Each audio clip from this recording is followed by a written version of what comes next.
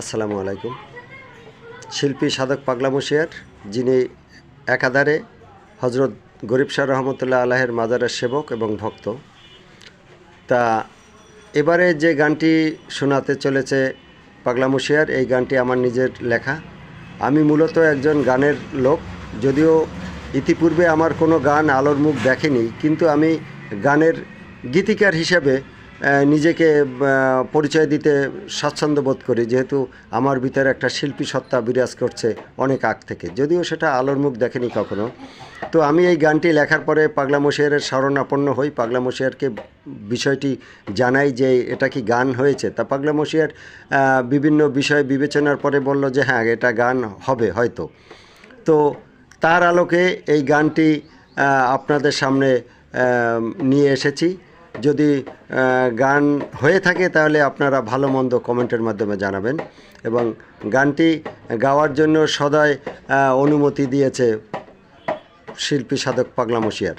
ধন্যবাদ পাগলা মুশিয়ারকে যে আমার গানটি সে পছন্দ করায়।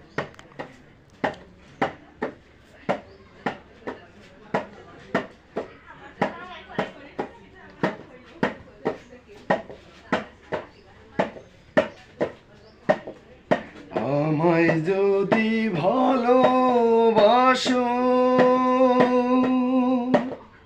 তবে কেন দুঃখ দাও, কাছে এসে পাশে বসে মনে আমার শান্তি দাও।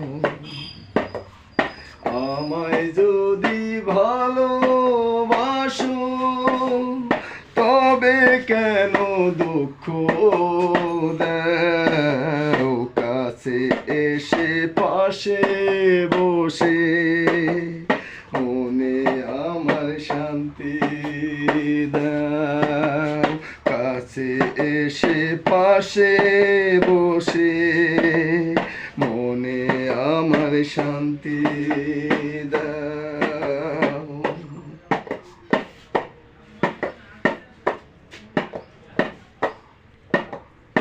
একটি ডালে দুটি পাখি তোমায় বড় ভালোবাসি, একটি ডালে দুটি পাখি তোমায় বড় ভালোবাসি, তুমি বিনে আমি